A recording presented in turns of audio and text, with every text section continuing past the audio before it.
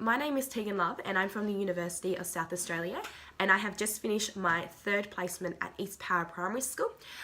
For science assignments, I was unable to implement my unit plan that I had previously done, as I had planned for a Year 3-4 class and I was put into a Year 1-2 class. However, I was able to be given the opportunity to create a new program from the Primary Connections program, Push and Pull. And from this Australian curriculum, students are required to understand that a push or pull and how it affects how an object moves or changes shape. The concept explains how force or push and pull are all around us. So I introduced gravity as part of it, as to extend students. We learnt about push and pull on land, water, and in the air. We also learned the strength of push and pull, and we incorporated a bit of float and sink in there as well.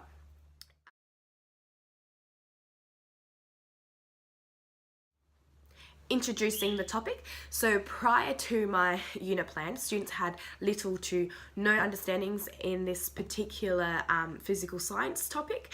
So it was really exciting to give the students something new, and therefore it was important to engage them and get them interacted straight away so they could go through the whole unit. So the topic was introduced. I asked them simple questions, and then this would stimulate their thinking and their learning.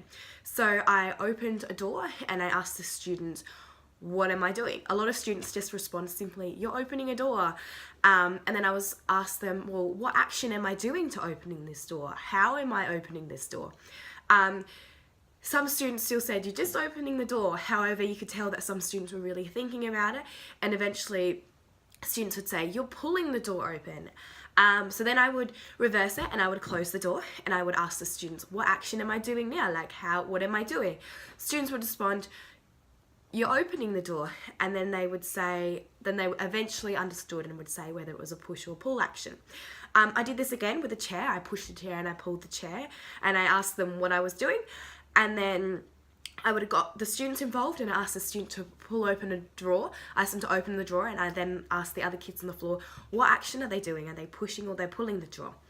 And then after that, students completed a worksheet where they had different pictures and they had to circle whether it was a push or pull motion or both. This was a prior knowledge one, and I assessed them on that to see how much they knew. And then after, I got them to divide their page into two and write down as many actions they could think about for push and as many actions they could think about for pull. Some kids came up with some different ones. So pull, like pulling on your hood, which I thought was cool. However, a lot of the students just used the same examples. So pulling open a door, pushing the door closed, and then they would use it the same for they would write it in push and then write it in pull. So I thought, in my lessons, it was really important to give them different examples of push and pull motions in real life, and I incorporated that into my unit plan.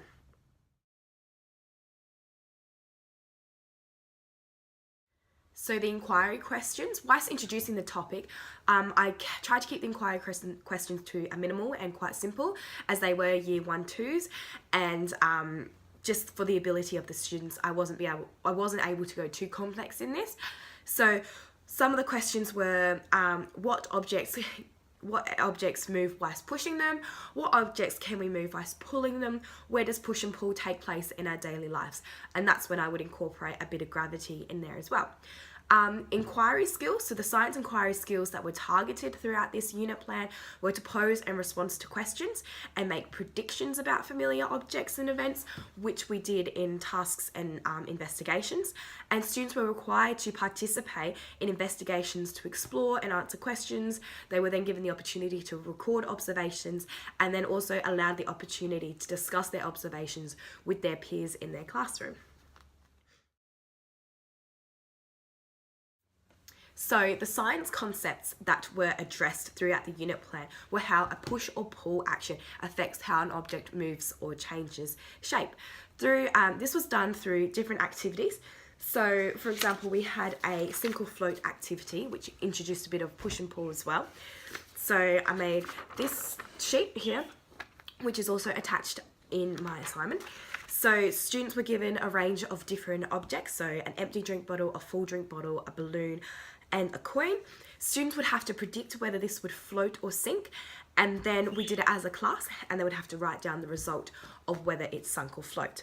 After, students were then given the opportunity to create their own boat, and then they were given a section to write down why they think the boat would float or why they thought it would sink.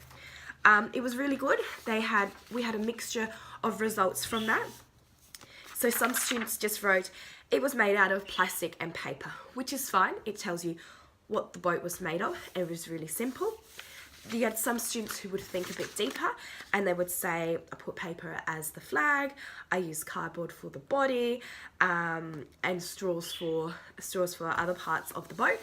But then you had your real thinkers, which you could really tell, and then some of the students said, my boat will float because it's made out of straws, and straws are light. So you could really see the different level of thinking in that, which was also really good.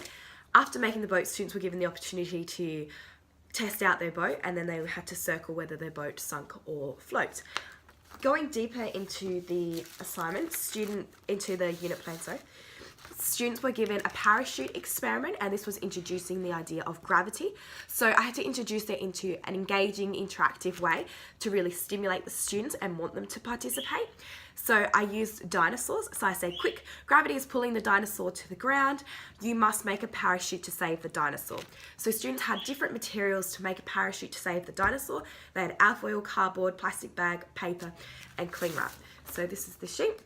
So they'd have to predict what material was going to save the dinosaur, and then they'd have to test out them. So before testing, they would make it, and they would predict whether the material would make the dinosaur fall slow, medium, or fast.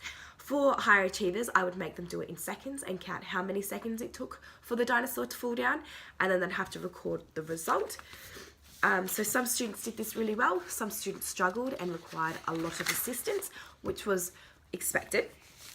However, I paired the students up with other students who would also assist them.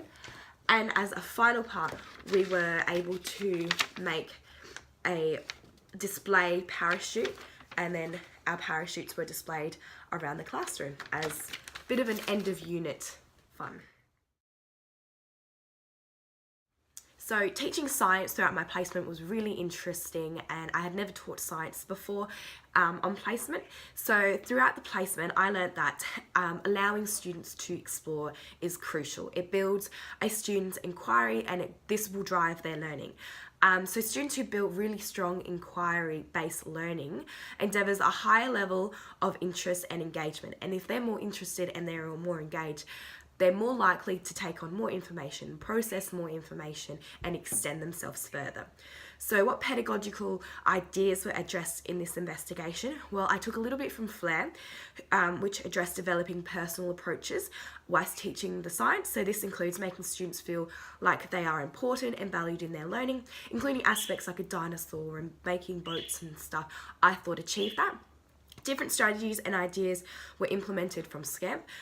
So these ideas were included like engaging in interactive activities, so incorporating a parachute, incorporating water as it was exciting and different and new, and not just worksheets and textbooks. So in conclusion, I feel as though that during the course of science and then implementing that into my placement, I 100% feel more confident about implementing a science unit into my future teaching practices.